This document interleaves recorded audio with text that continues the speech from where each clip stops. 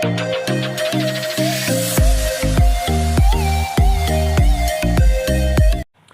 बच्चों, मैं एक बार फिर आप सभी का K5 ट्यूटोरियल क्लासेस में बहुत बहुत स्वागत करता हूं। आज देखते हैं कि आज बच्चों के लिए क्या खूबसूरत टॉपिक लेके आए हैं आज इन केमिस्ट्री में। तो आज का नया खूबसूरत टॉपिक है एल्जेमुथम क्वांटम नंबर, जिसको हम दूसरी लैंग्वेज में क्या बोलते हैं, सेकेंडरी क्वांटम नंबर, या हम इसको बोल सकते हैं orbital angular momentum quantum number. इसको हम तीन तरीके से प्रेजेंट करते हैं, तीन तरीके से नाम हो सकते हैं इसके। तो अब देखते हैं कि पिछला जो मैंने टॉपिक पढ़ाया था प्रिंसिपल क्वांटम नंबर के बारे में बताया था, तो थोड़ा सा रिवीजन कर लेते हैं हम उसके लिए। हमने उसमें क्या बताया था? हमने उसमें ये बताया था कि हमारे शेल होते हैं, क्या होते हैं? शेल होते हैं। शेल के अंदर क्या होते हैं? सब शेल होते हैं, सब शेल होते हैं। सब शेल के अंदर क्या होते हैं? ऑर्बिटल होते हैं।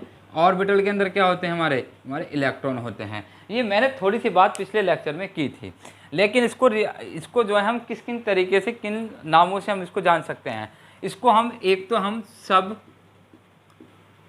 शेल के नाम से, सब शेल या सब लेवल या सब ऑर्बिट, ये इतने इसके नाम होते हैं, सब ऑर्बिट। या इसको हम बोल सकते हैं एनर्जी ऑर्बिटल, एनर्जी लेवल।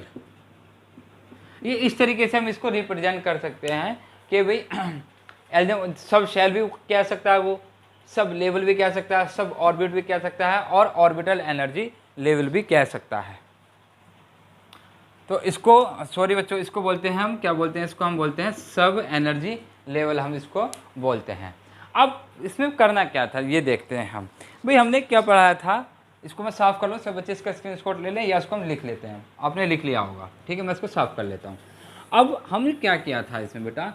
हमने इसमें ये किया था भाई, ये हमारा न्यूक्लियस है, यहाँ हमारे न्यूट्रॉन और प्रोटॉन होते हैं, ये बाहर शेल होती हैं, और शेल भी किस रूप में हमें मिलती है? वेव के रूप में मिलती हैं, तरंग के रूप में मिलती हैं, ठीक है, ये बात ठीक है। अब ये n बराबर 1, n बराबर 2 और n बराबर 3, ये तो मेरी सारी शेल हैं जिनको हम n से रिप्रेजेंट करते हैं। इस शेल के अंदर क्या होता है? इस शेल के अंदर क्या होता है? हमारा सब शेल। क्या होते हैं? सब शेल। अब सब शेल कैसे होते हैं भाई? इसके अंदर एक सब शेल होता है, इसके अंदर दो सब शेल होते हैं, ठीक है। अब ये कैसे कैसे होते हैं ये मैं समझाने की कोशिश करूँगा। सबसे पहले हम एल्जेमुथल क्वांटम नंबर को हम रिप्रेजेंट करते हैं एल से। किससे रिप्रेजेंट करते हैं? एल से। सबसे पहले हमें ये पता होना चाहिए कि एल्जेमुथल क्वांटम नंबर को हम एल से रिप्रेजेंट करते हैं। अब वो कहता है कि n बराबर 1 के लिए, देखो n बराबर 1 ये रहा, कह रहा है n बराबर 1 के लिए सब शेल या सब ऑर्बिटल की हमें वैल्यू बताओ कि वैल्यू कितनी आएगी। क्वेश्चन समझ में आ रहा है कि n बराबर 1 के लिए एल्जेमुथल क्वांटम नंबर बताने हमें कितने होते हैं। तो वो कहता है कि अब एल्जेमुथल क्वांटम नंबर हमारे क्या क्या हो सकते हैं? एल्जेमुथल क्वांटम नंबर हमारे, देखो L को हम किस किस तरीके से रिप्रेजेंट कर सकते हैं? S, P, D and F।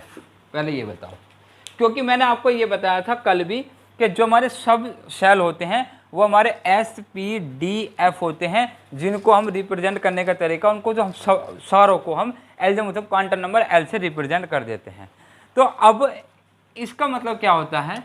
इसका मतलब होता है कि 0, 1, 2 और 3, ठीक है। अब देखो ये जो सारी जो वैल्यू हैं ये किसके लिए हैं? ये n बराबर 1, n बराबर 2, n बराबर 3 के लिए हमें निकालनी है, प्रिंसिपल क्वांटम नंबर के लिए निकालनी है, ठीक है। तो प्रिंसिपल क्वांटम नंबर के लिए अब मैं इसको साफ कर देता हूँ, ठीक है, ये हमने साफ कर दिया। वो कहता है कि n के लिए, n का मतलब है प्रिंसिपल क्वांटम नंबर के लिए एल्जेमुथल क्वांटम नंबर मतलब L की वैल्यू कितनी होगी? 0 to n-1 होगी। यह आपको बात याद रखनी पड़ेगी कि किसी भी प्रिंसिपल क्वांटम नंबर के लिए एल्जेमुथल क्वांटम नंबर की वैल्यू जो होगी 0 से लेके n-1 तक होगी। अब इसको हम कैसे समझेंगे वो हम समझाने की कोशिश करेंगे। अब वो कहता है कि n बराबर 1 के लिए आप एल्जेमुथम क्वांटम नंबर की वैल्यू बताओ कि एल्जेमुथम क्वांटम नंबर की वैल्यू कितनी होगी। तो हमने लिखा n बराबर 1, सिंपल क्वेश्चन दे दिया उसने। अब ये हमें पता है कि हम जब एल्जेमुथम क्वांटम नंबर निकालेंगे वो हमें n हमें पता होना चाहिए सबसे पहली बात। तो वो कह रहा है कि n बराबर 1 के लिए एल्जेमुथम क्वांटम नंबर l की वैल्यू कितनी होगी, एक तो 0 होगी और एक 1 होगी। भाई एक 0 नहीं 0 सॉरी कितनी होगी 0, क्योंकि हम जब 1 रखेंगे तो 1 - 1 ये तो 0 हो जाएगा। तो एल्जेमुथम क्वांटम नंबर के लिए n बराबर 1 के लिए l की वैल्यू कितनी आ जाएगी 0। तो मैं अगर यहाँ n बराबर 1 लिखूँ, या मैं इसको समझाने के लिए कहाँ लिखूँ समझाऊँ तो n की ठीक है यही समझते हैं कि अगर n बराबर 1 दे रखा है तो एल्जेमुथम क्वांटम नंबर की वैल्यू कितनी होगी 0। अब 0 का मतलब देखो ये 0 तो ये आ गया, और 0 का मतलब क्या, 0 का मतलब है s, और s क्या होता है मेरा सब ऑर्बिट। क्या होता है ये मेरा सब ऑर्बिट, सब ऑर्बिट क्या दो, ये सब शेल क्या दो। अब सब शेल कितने होते हैं, एक, क्योंकि s में कितने सब ऑर्बिट होते हैं, मतलब s n बराबर 1 के लिए एल्जेमुथम क्वांटम नंबर के लिए जो सब ऑर्बिटल आएंगे s ऑर्बिट आएगा, तो s ऑर्बिटल एक डिब्बा होता है हमारा। ये बात आपको समझ में आ गई। सपोज डेट वो कहता है कि n बराबर 2, n बराबर 2। अब मैं यहाँ n बराबर 2 रखने की कोशिश करता हूँ, देखते हैं कि n बराबर 2 पे कितनी वैल्यू आएंगी। तो n बराबर 2 पे एल्जेमुथम क्वांटम नंबर की वैल्यू निकालनी है, तो ये कितनी आएंगी, ये आएगी 0 और 1, 0 और 1। अब जब 0 और 1 आएंगी तो 0 के लिए सब ऑर्बिटल या सब शेल की वैल्यू कितनी होती है s, यहाँ में s लिख देंगे। और यहाँ लिखा है l बराबर 1, l बराबर 1 के लिए ये कौन सा सब ऑर्बिट हो जाएगा p। अब हमें ये पता लग गया कि n बराबर 2 के लिए एल्जेमुथम क्वांटम नंबर की वैल्यू में जो सब ऑर्बिटल होंगे वो कौन कौन से होंगे, एक s होगा और एक p होगा। और वो भी कौन सा होगा, n बराबर कितना लिखा हुआ 2, तो यहाँ पहले 2 लगा देंगे, यहाँ भी हम 2 लगा देंगे। तो जो n बराबर 2 के लिए जो सब ऑर्बिट हैं वो कितने हैं, एक तो हमारा 2s है और एक हमारा कितना है यहाँ पर 2p, और यहाँ ये वाला कितना होगा, ये वाला होगा 1s, ये वाला होगा 1s।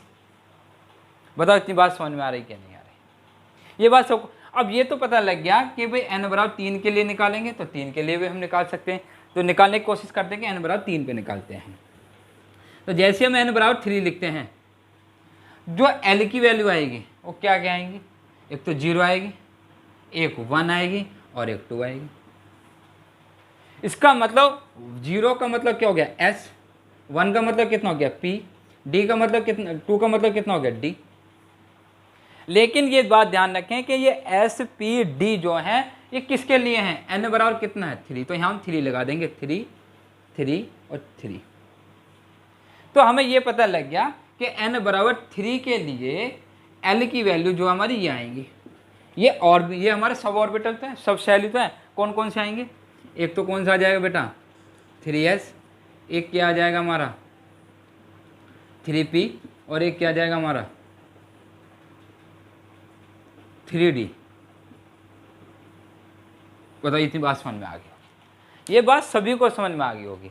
अब हम एल्जेमुथम क्वांटम नंबर के लिए हमने ये जो वैल्यू निकाली है, इसके लिए हम अगर ऑर्बिटल निकालना चाहें कि भाई n बराबर 1 के लिए l की वैल्यू के लिए सब ऑर्बिटल तो ये मतलब सब शेल तो ये हो गया। अब सब शेल के अंदर ऑर्बिटल कितने होंगे वो हमें निकालना है। तो maximum number of orbitals, number of maximum कहाँ लिखें हम, इसको हम साफ कर देते हैं यहाँ से, है ना, इसको हम यहाँ से साफ कर देते हैं, ठीक है। ये देखो कि अगर हम निकालते हैं मैक्सिमम नंबर ऑफ ऑर्बिटल, अब ये आपको पता तो है भाई सब शेल के अंदर क्या होते हैं ऑर्बिटल। अब हमें क्या पता कि इसके अंदर कितने ऑर्बिटल हैं, इसके अंदर कितने ऑर्बिटल हैं, इसके अंदर कितने ऑर्बिटल हैं, इसके अंदर कितने ऑर्बिटल, ये ऑर्बिटल तो हमें निकालने पड़ेंगे। हमें तो ये पता लग गया कि n बराबर 1 के लिए इतने सब शेल होते हैं, इस सब शेल का नंबर आया हमारा। चलो ठीक है, अगर इसको निकालेंगे तो इसका फॉर्मूला होता है 2l + 1, 2l + 1। अब सपोज डैट आपने देखा अभी l की वैल्यू एल की वैल्यू n बराबर 1 के लिए, n बराबर 1 के लिए l की वैल्यू कितनी होती है 0। ये मैंने अभी निकाल के दिखाया था। तो मैं अगर यहाँ 0 रखूँगा तो ये सारा 0 हो जाएगा, तो यहाँ कितना जाएगा 1। तो इसका मतलब इसी के अंदर एक क्या होगा ऑर्बिटल होगा। तो सब सेल के अंदर एक ऑर्बिटल, यही ऑर्बिटल है भाई। मान लो मैं अगर यहाँ डंडा खींचता हूँ तो ये तो फिर 2 हो जाएंगे। तो इसका मतलब एक एस सब सेल में एक ही क्या होता है हमारा ऑर्बिटल होता है। ठीक है, तो हमने देखा कि ये आ गया भाई एल की वैल्यू अगर n बराबर 1 के लिए जो सब ऑर्बिटल आए हैं उसमें एक ही ऑर्बिटल आया, सब सेल के अंदर एक ही ऑर्बिटल आया। अगर मान लो एल की वैल्यू मैं 2 लेता हूँ, कितनी लेता हूँ एल की वैल्यू 2 लेता हूँ, कितनी लेते हैं एल की वैल्यू 2। अगर मैं 2 लेता हूँ तो 2 इंटू 2 प्लस कितना आ जाएगा 2 3 4 4 और 1 5। तो इसका मतलब है ये कितने आ गए हमारे 5 ऑर्बिटल आ गए। अब 5 ऑर्बिटल कौन कौन से हैं भाई, एक तो एस है, एस में तो एक ऑर्बिटल होता है, इसका मतलब पी बच गया। तो पी में कितने आ गए 3, 1 2 3 और एक कितने हो गए, नहीं ये कितने हो गए 3 2 3 4 और 1 5, 5 ऑर्बिटल आने चाहिए। तो यहाँ से हमारे एल बराबर 2 के लिए निकाले हमने, एल बराबर पहले हमने एल बराबर 0 के लिए निकाला था, गलत निकाल दिया। एल बराबर 1 के लिए निकालो, एल बराबर 1 के लिए निकालेंगे तो कितना आएगा, एल बराबर 1 के लिए निकालना है ना, तो कितना आ जाएगा, यहाँ से आ जाएगा 3 2 2 1 2 2 और 1 3, तो 3 ऑर्बिटल। हाँ, तो ये कह रहा है कि अब देखो ये जो है ये पी सब सेल के अंदर कितने ऑर्बिटल होते हैं, पी सब सेल के अंदर 3 ऑर्बिटल होते हैं हमारे। बात समझ में आ गई। और एस के अंदर एक होता ही होता है।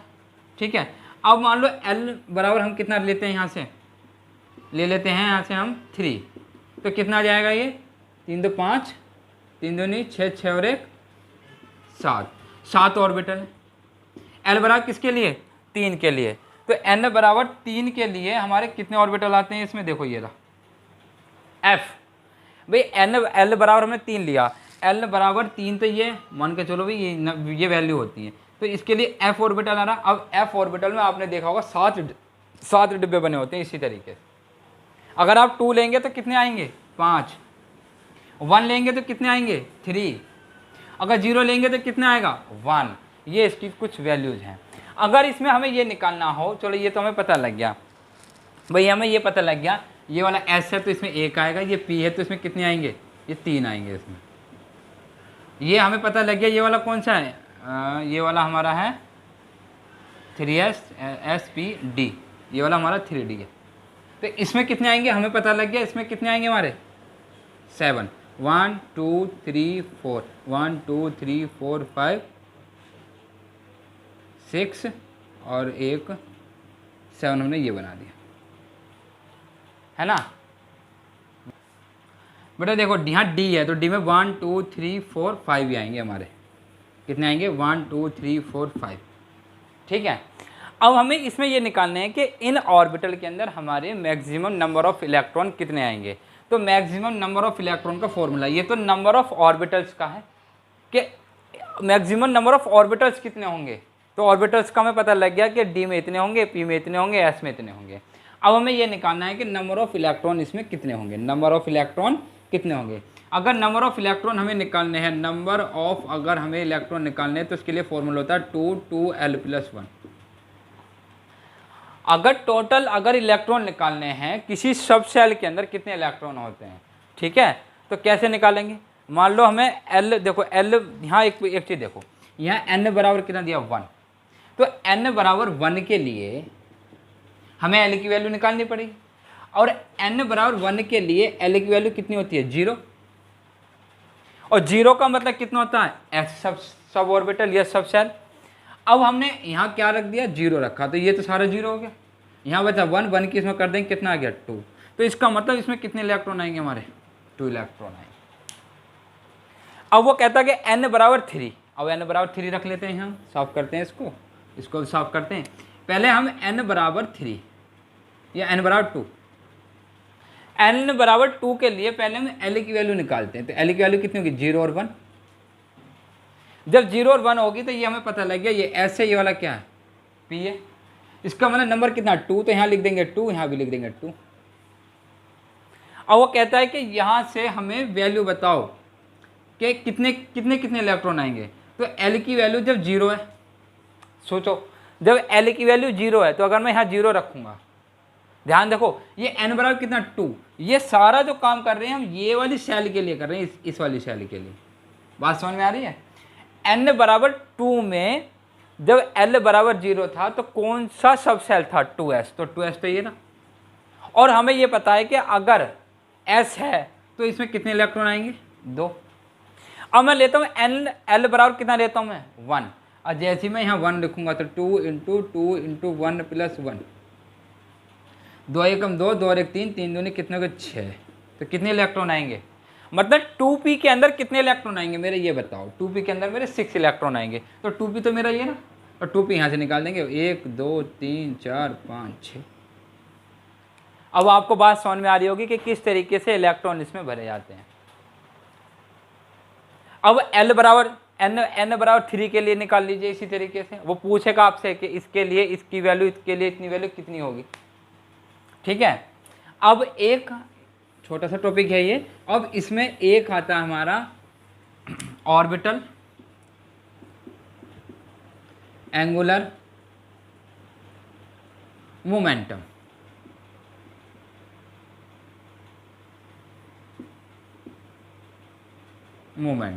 इसका फॉर्मूला होता है h/2 under root L+1। Simple, ये आपसे क्वेश्चन पूछा जाता है। ये h क्या होता है? ये h होता है हमारा प्लांक कांस्टेंट। इसको क्या बोलते हैं हम? Planck constant.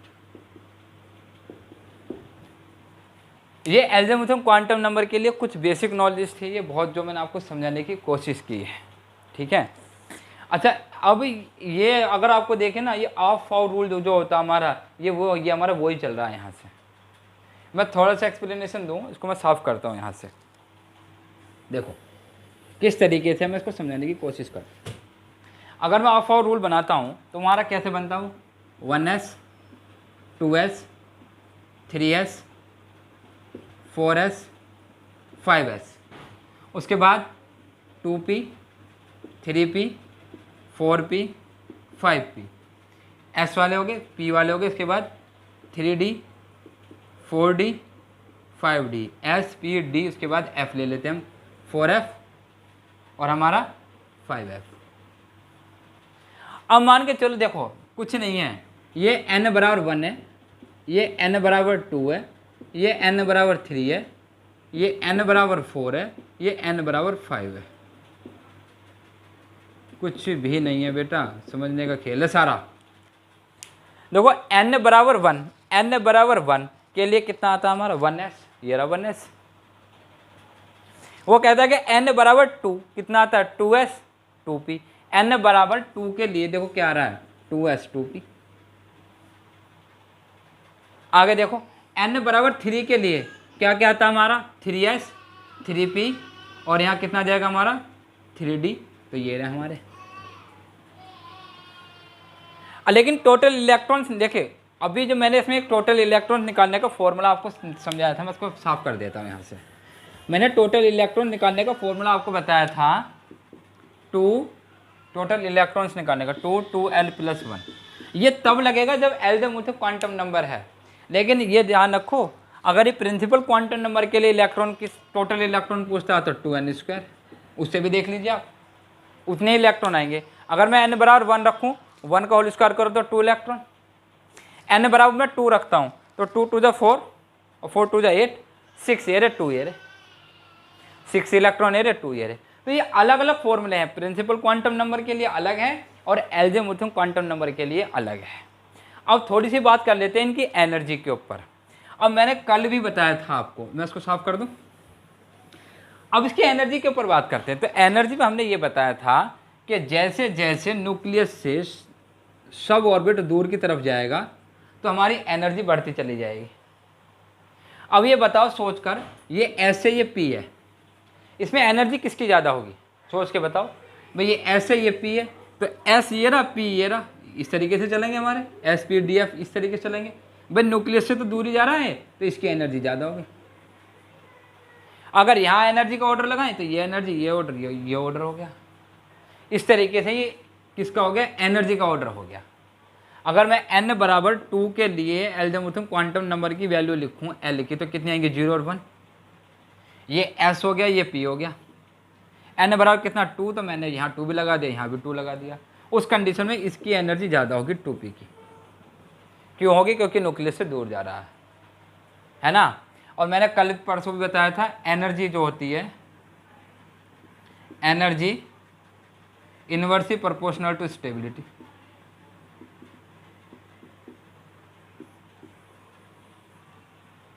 और स्टेबिलिटी क्या होती है? स्टेबिलिटी सुनो, जितना एट्रैक्शन ज़्यादा होगा उतनी स्टेबिलिटी ज़्यादा होगी। तो एक फॉर्मूला लिख देते हैं हम, attraction directly proportional to stability. ये मैंने कल परसों आपको समझाने की कोशिश करी थी कि जितना क्या होगा, एट्रैक्शन ज़्यादा होगा। यहाँ एट्रैक्शन ज़्यादा है, जहाँ एट्रैक्शन ज़्यादा है तो स्टेबिलिटी क्या है? ज़्यादा है। स्टेबिलिटी ज़्यादा है तो एनर्जी क्या है? कम है। तो इसकी एनर्जी तो कमी हो गई भाई, इसकी एनर्जी तो कमी हो गई। उसी हिसाब से यहाँ देखो, यहाँ कितना 2s, यहाँ कितना 2p। तो ये पास में होगा, ये दूर होगा, ये पास में होगा, ये दूर होगा। तो ये एनर्जी का इस तरीके से ऑर्डर है। तो मैंने आपको समझाने की कोशिश करी है। एल्जेब्रिथम क्वांटम नंबर बड़े खूबसूरत टॉपिक है। इसके बाद इससे अगला हम देखते हैं मैग्नेटिक क्वांटम नंबर, उसकी हम वीडियो बनाने की कोशिश करेंगे, आप तक पहुंचाने की कोशिश करेंगे। और वीडियो को ज़्यादा से ज़्यादा शेयर करें, लाइक करें और वीडियो कंप्लीट देखें। इसमें बहुत इंपॉर्टेंट बातें मैंने आपको बताई हैं। Thank you very much. तो वीडियो को ज़्यादा से ज़्यादा शेयर करें, बेल आइकन ज़रूर दबाएं ताकि हर एक वीडियो का नोटिफिकेशन आप तक पहुँच सके। और प्लीज़ प्लीज़ इसको ज़्यादा से ज़्यादा शेयर करें। Thank you very much.